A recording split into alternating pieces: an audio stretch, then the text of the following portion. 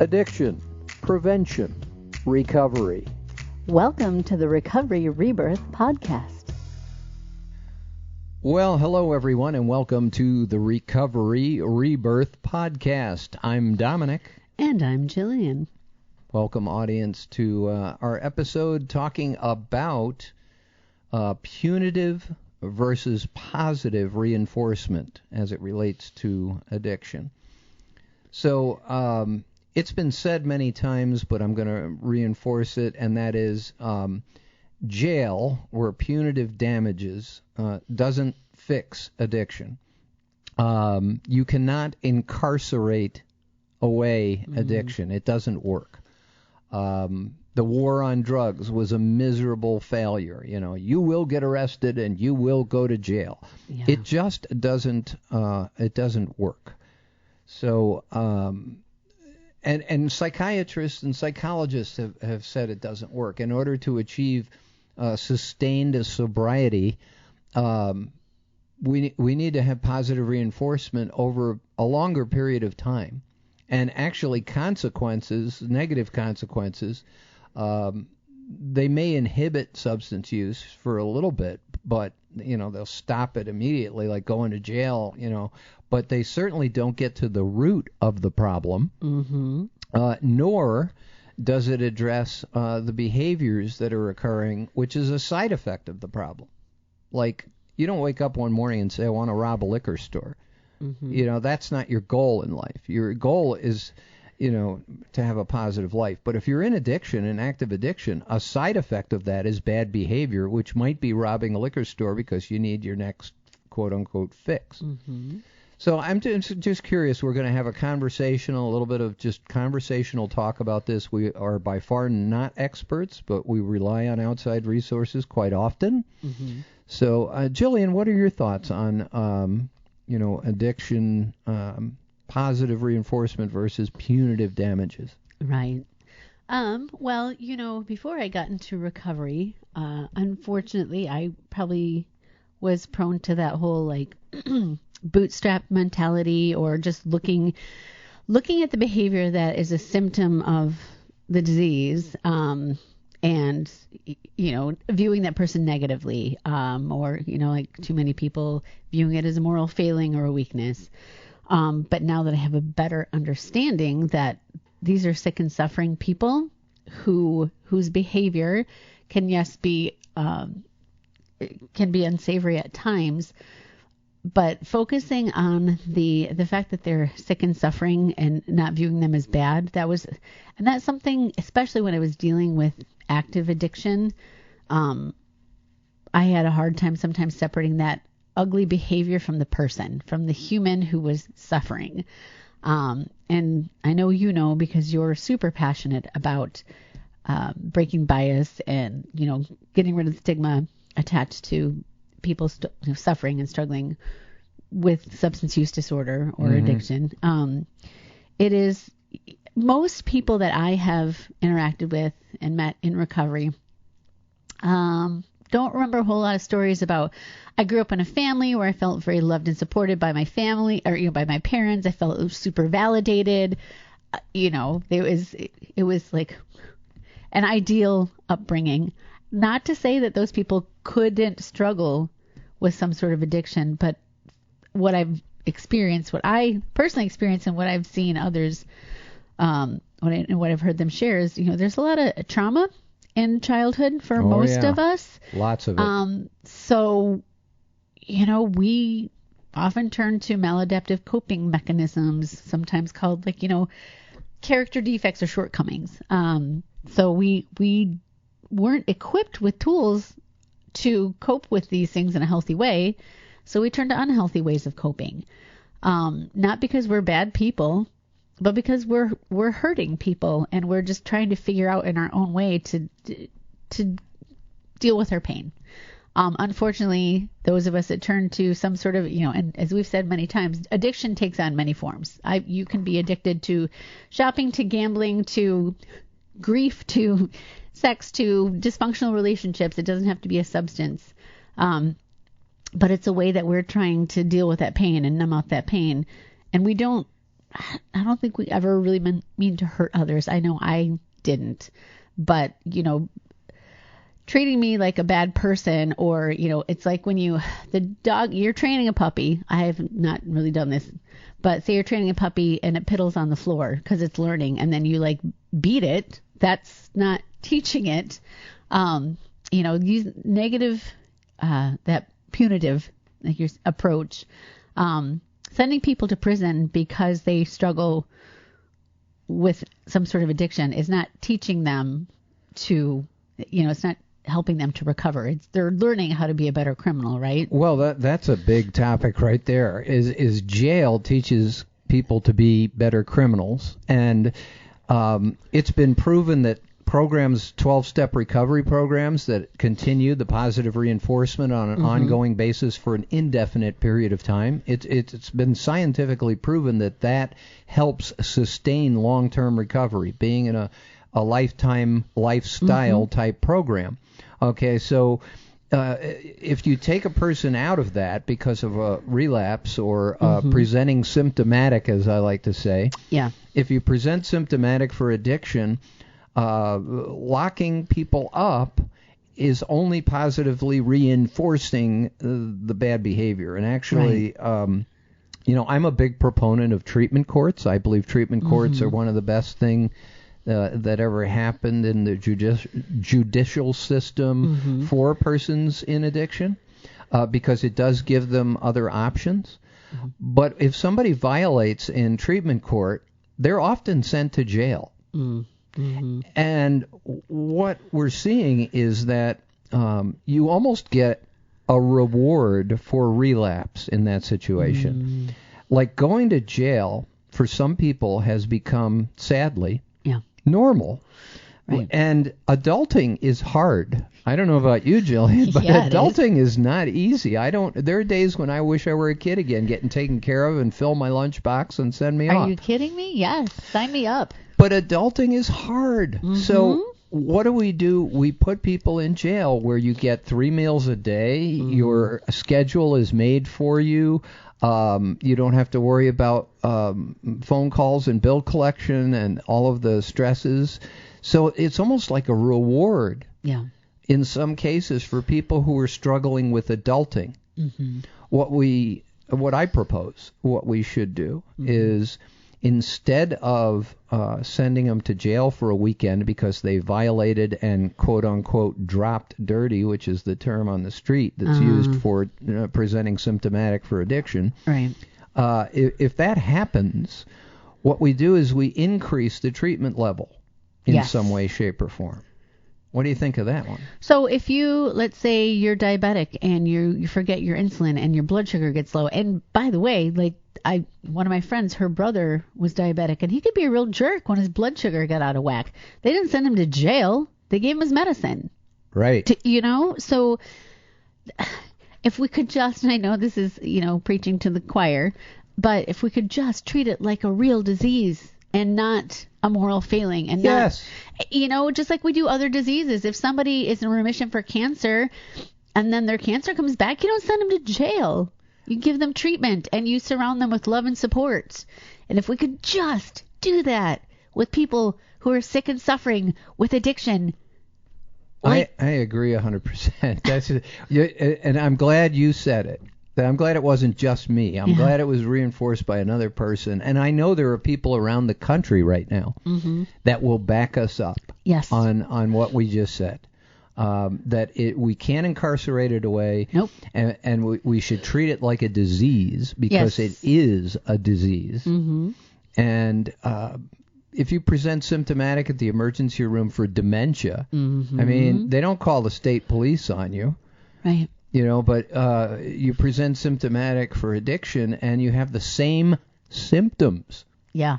Oftentimes the same symptoms. But punitive is the choice. Right. Well, and if you look at, especially for kids where this starts young, like say you're in the juvenile system or this starts at a young age, again, I can't speak for everyone's experience, just mine, but what I've heard and what I've observed is, if you're somebody who already has felt beat down by life and feels not good enough, for somebody to say, you're a bad person or to punish you, that just reinforces that belief. And that's not going to drive you to, that's not going to be a catalyst for any kind of positive change. So I think we've talked about Brene Brown before. Sure. But the whole like the shame versus guilt or whatever, like guilt is I did something bad and shame is I am bad. And shame is systemic in addiction, like, you know, in addiction and recovery world. Like we hear there's so much shame that we carry. And that punitive approach just makes us feel more shameful and it reinforces that I'm not good enough. I don't deserve a better life. Why even try? Might as well just go back to jail. Whereas if there was an intervention early on with someone who's like, you know, you're a person who got a raw deal as a kid. You know, it's not fair. You deserved better. But here, let me help you. Let me help you find a solution. Let me help you see that you really are a beautiful person, worthy of a fulfilling life. And let me show you and support you in that direction versus like, we're going to send you to the juvenile home. You're a bad kid. A great percentage of persons that get themselves in trouble legally, a great percentage, have a substance use disorder. Yes. I once had a conversation with the sheriff at our local jail and asked, how many people do you think are in here that have a substance use problem? And the answer was approximately 80%, most of them. And most of that stems back to untreated trauma, you know, terrible traumatic situations that happened that led up to the bad behavior. And also depression, anxiety, ADHD, the other things, the co-occurring disorders, all right, are undealt with. Yes. So they show themselves out in bad behavior.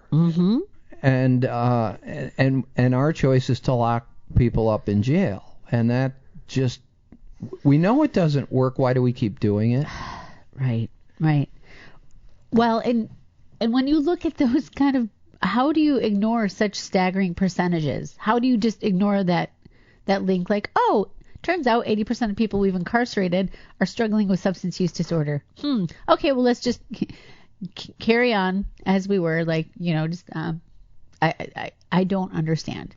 And I know I have a bias in the direction of being supportive, encouraging people in recovery, and not a bias toward penalizing or punitive treatment. But it's really frustrating, and we deserve better. And I mean, we've talked about this in multiple podcasts. Just the impact, not only the social, emotional, relational impact, but the economic impact of, you know, the way we're approaching things.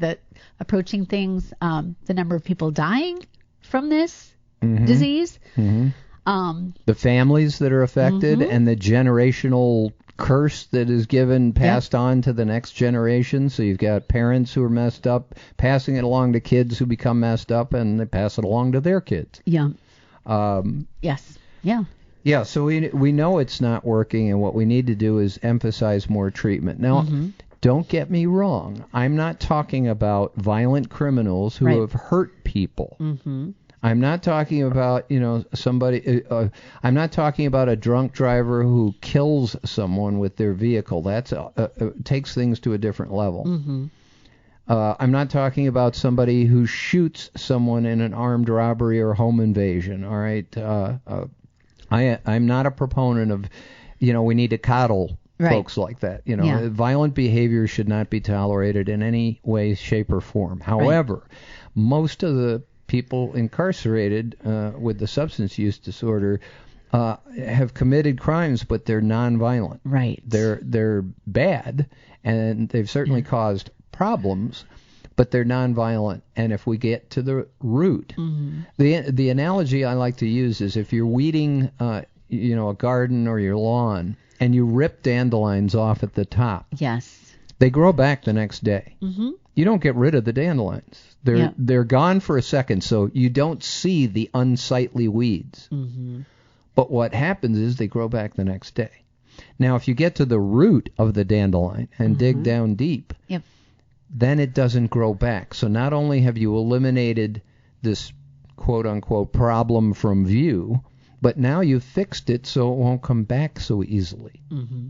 And that's what we need more of. We need to look at that. We need to change some legislation and give judges different options.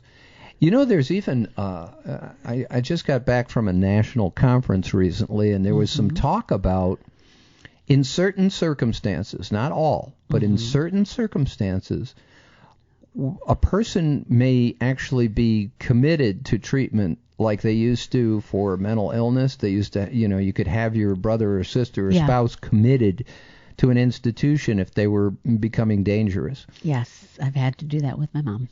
Well, they're actually talking about that in the addiction arena, where if somebody is escalating in symptoms for addiction, that perhaps for a brief period of time, not an indefinite period of time, but people would be literally locked in treatment. Yeah.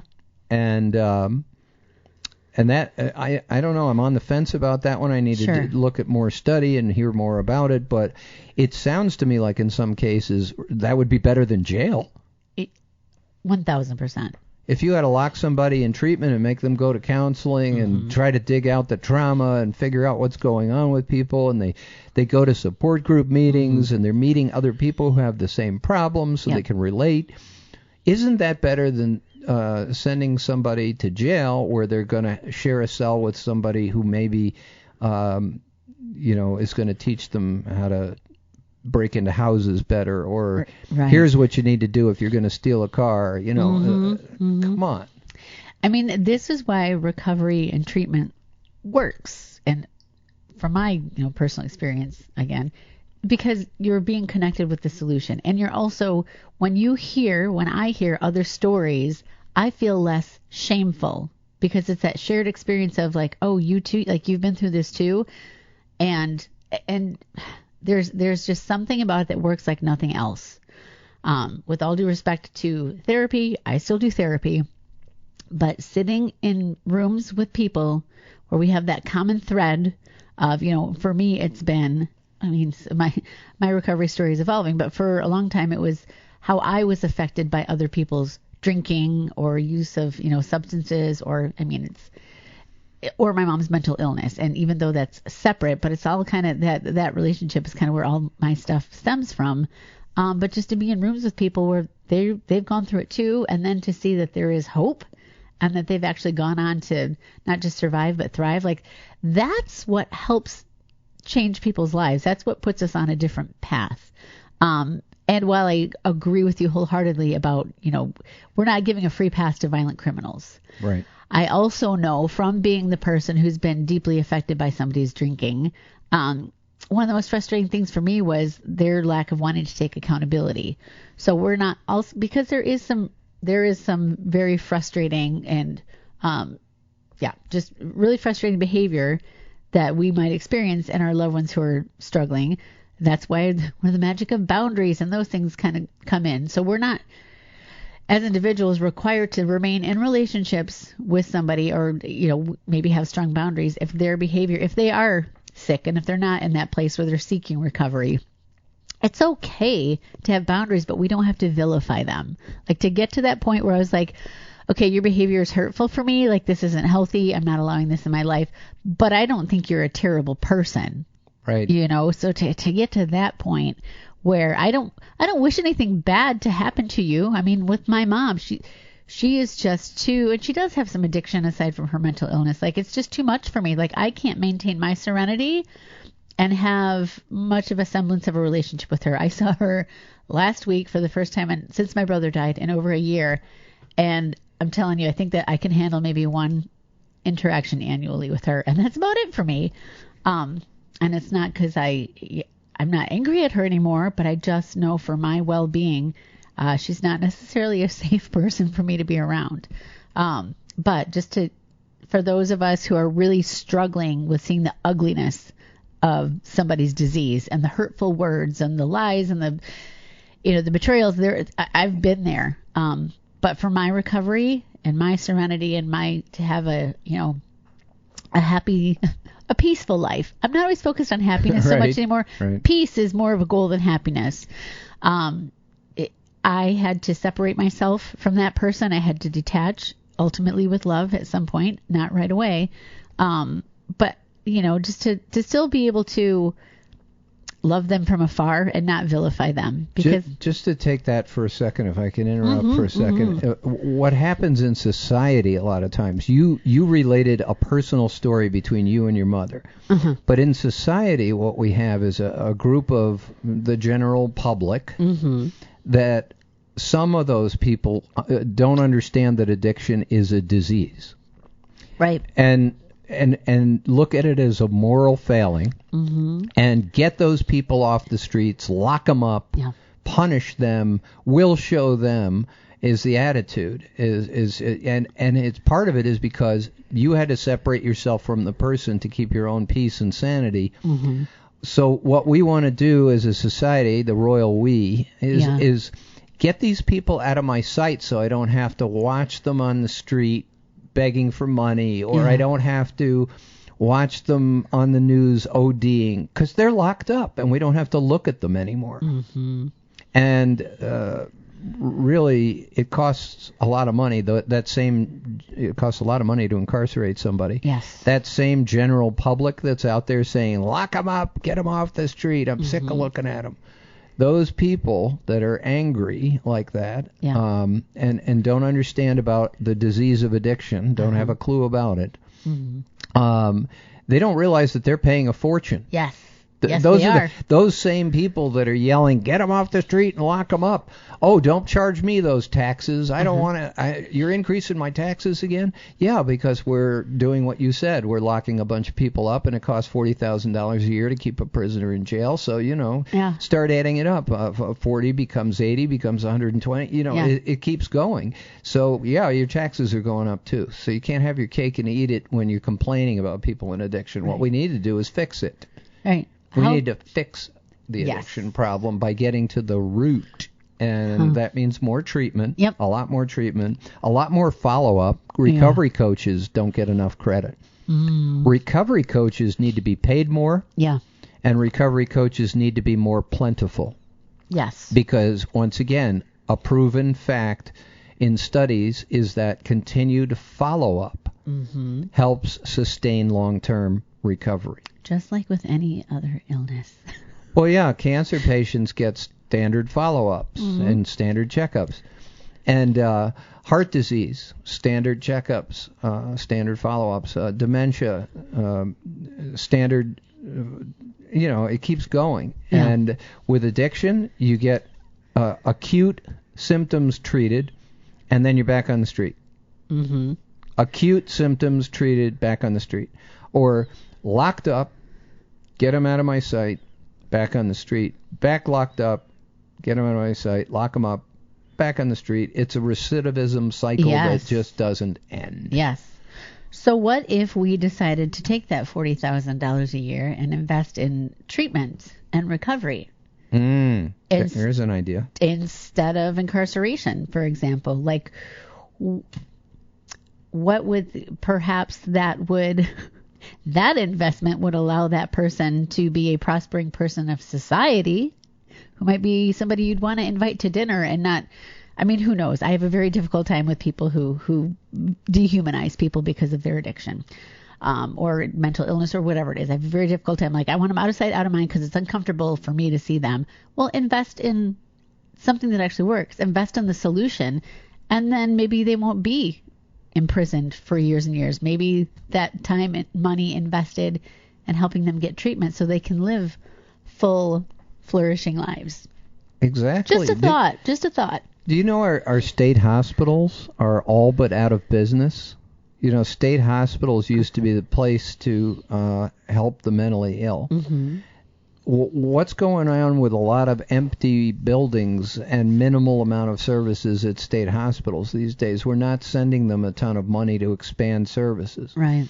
So perhaps just a suggestion, and I'll probably catch a lot of flack for this, but I'm just saying, what if instead of locking people up in the county jail, what if you sentence people to the state hospital? The door's locked there. I've done recovery meetings in the state hospital. Yep. It's a locked up facility. They lock the doors and hallways behind you. Yeah. So it's one step short of prison. Yep.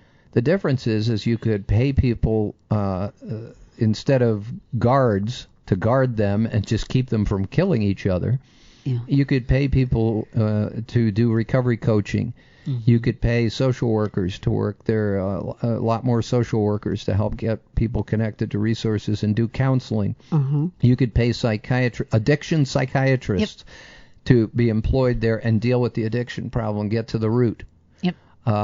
What if we did that? Just a thought. I'm probably going to catch a lot of flack locking people up in the state hospital. And you can't please everybody, but just a thought there. But I mean, the infrastructure is already in place, and because I'm so intimately familiar with mental illness, I mean, I don't know if that's why that is, because we definitely need more facilities and support there as well. But if we have these buildings that are not utilized or underutilized, why not repurpose them? Why not repurpose them? Well, yeah, we've got in our community right here, in West Michigan, we've got a state hospital that is operating on a shoestring and is nearly empty. Uh-huh. And we are investing in bigger, better jails. So we're celebrating the ribbon cutting ceremony on a new jail. And I'm not saying that. Please don't misunderstand, and I'm not trying to communicate that law enforcement is bad and jail is bad. Right. And I do believe that an outdated jail facility should be updated so that the conditions are not that of a third world country where we're throwing people on dirt floors. Right. But why isn't there any investment in massive treatment facilities? When 80% of that population needs treatment. Right. We could maybe have smaller, state-of-the-art facilities for people who are imprisoned, but again, redirect those funds to recovery and treatment. Just a thought. I mean, I did want to mention while we're having this conversation, because I know you have seen this video, and I've seen it multiple times too, and I'll post it in the show notes. But there's a really great video by a man, Johan Hari. I don't know if I'm... Oh, yeah. Yeah. I don't know if I'm pronouncing it correctly. TED Talk. And I think it's something like, everything you know about addiction is wrong. So I will share that. And I'm pretty sure that I got this quote from that TED Talk. The opposite of addiction is connection. So if I'm misquoting and it's not from that, it's still a really good quote. I'm pretty sure that that's what he said, because I've listened to that TED Talk multiple times, and I think it's excellent material, and it's about, because we isolate when we're presenting symptomatic for addiction. Uh-huh. Part of that symptomatic, problem is isolation. Yep. And disconnection from life, disconnection from people, disconnection from work, disconnection from anything productive. Yeah. But then when we see people recover and get connected in a long-term recovery program, mm-hmm. when we see them reconnecting with loved ones, when we see them reconnecting with the workforce and housing and all of the things, mm-hmm. That's an excellent resource to take a look at. Yeah. We need to teach people so that they're not, because part of that prejudice that's out there is because you don't know better. Exactly. Yeah. Prejudice stems from fear. Mm-hmm. You're not like me, so I don't want to be around you. You're not the same color as me. You're not the same religion as me. You're not the same socioeconomic status as me. So we have fear in our society. So people presenting symptomatic for addiction can be very scary. Sure. And we're scared of them. Because because we don't understand the disease. Just like people get angry with an Alzheimer's patient. Yeah. I've seen husbands and wives go through that, where one of them gets dementia and the other one gets angry. Why can't you remember? I told you 5 minutes ago. I'm getting sick of repeating myself. Why? Because your brain's not working. You're ill. Yeah. And same thing with addiction. So I've probably said this before too, but it's another quote I love. Addiction defies logic. Mm-hmm. So if we approach, whether it's addiction, mental illness, Alzheimer's, whatever, if we are expecting a person to behave in a way where they're not cognitively impaired, and when you're using a substance, whether it's alcohol or drugs or whatever, for a sustained period of time, you're cognitively impaired. Sorry. So expecting that person to function and behave like somebody who's not been using that's an unrealistic expectation on our part. I've had to deal with that unrealistic expectation, whether it was my ex who struggled with alcohol, or my mom, and I have to catch myself and say, okay, you have an unrealistic expectation of this person when they're in their acute illness. So I'm just going to before we close out, I'm just going to throw out a couple of ideas on positive reinforcement. Mm-hmm. Please.